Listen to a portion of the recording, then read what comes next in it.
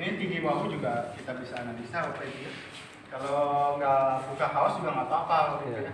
Tadi kan terlihat ya, jadi mudah kita analisanya. Mana yang tinggi, mana yang rendah, kita bisa ketahui.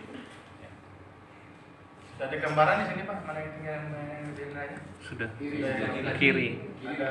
Ada gambaran ya, yang luar biasa. Jadi dari analisa ini, jadi hanya dua itu Bu, kiri atau kanan yang memiliki permasalahan. Kayak gitu Bapak ya. Dan itu balas, kalau permasalahannya di kiri lebih tinggi, kita balas di kanan. Kayak gitu. Untuk menyeimbangkan itu tadi Pak polanya. Jadi nggak perlu analisa yang rumit. Gitu. Di cervical, torasik atau lumbalis, letak permasalahan itu apapun itu, ada cekungan, tonjolan, ya, ada melintir gitu. Ya. Maka yang ditanganinya di area tersebut gitu Pak. Kita tidak membaca segmen gitu. Kalau membaca segmen memang lebih detail Pak, lebih bagus. Tapi secara umum itu nanti kita akan biasa Pak, terbiasa. Manakala kita lebih detail membaca. Ya. Kalau ini segmennya di cervical ada masalah tidak? Ya, bisa. Kemudian ada di torasik ada masalah atau tidak? Kemudian di lumbalis ada masalah atau tidak? Kemudian kalau ada masalah kita analisa tadi. Tingginya berapa? Mana yang lebih tinggi? Kiri atau kanan? Bahu juga lebih tinggi, kiri atau kanan? Kemudian yang paling penting ya, ini analisa terkait kesiapan kondisi pasien. Kalau ada dislokasi rata-rata ada nyeri tekan Pak besar. Nah, tadi kita cek nyeri tekannya. Bisa di kaki, bisa di tangan. Kiri atau kanan Pak yang mengalami nyeri dominan, nyeri tekan dominan. Tangannya sama. Kurang keras biasa bisa tahu. Oh, kurang keras. Dengan tenaga yang sama ya. Coba. Di kanan ini Pak. Ini. Oh ini kanan. Saya ini ya. Oke, cek kaki Pak. Jadi zona kanan mengalami permasalahan Pak Bu ya. Kemudian tibianya. Kalau recovery nggak sakit nih. Nggak keras. Iya. Biar saya tahu. Sudah kebal loh Pak. Aji-ajinya tapi saya Pak. Orang jual aji. Oh yang ini. Sama ya. Berarti ini yang ini. Oh tadi kanan, ini kiri. Oh. Coba. Kuatannya sama Pak ya? Ini dan ini.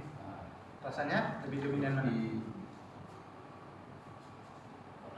Saya itu sama ya? Enggak Pak. Kalau dia kena saya memang agak dalam.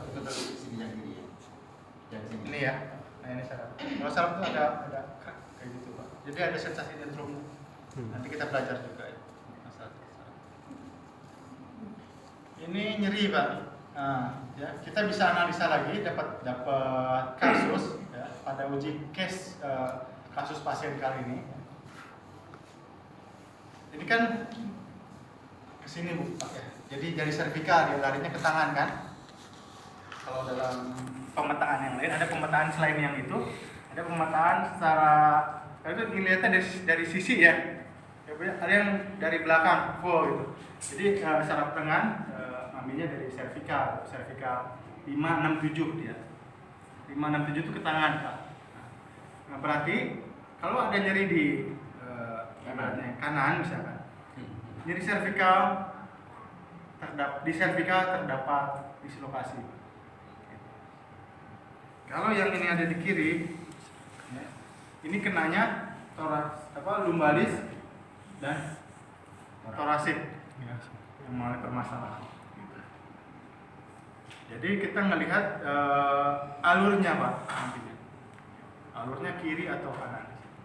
Nah, kan reposisinya cuma dua Pak, rotasinya antara kiri dan kanan nantinya. Jadi hanya dua penerapannya gitu. Kiri kanan disebut rotasi horizontal ya. Kiri dan kanan dua arah. Sementara atas bawah reposisi vertikal Pak. Kebanyakan vertikal, nariknya ke atas Pak. Gitu. Gak ada yang nariknya ke bawah. Teknik saya pun kebanyakan kalau untuk narik vertebralis yang mengalami permasalahan itu traksinya ke atas pastinya. Rata-rata tetap ke atas gitu. Untuk melepas segmen yang menekan spinalis itu traksinya ke atas, jadi traksi ke bawah.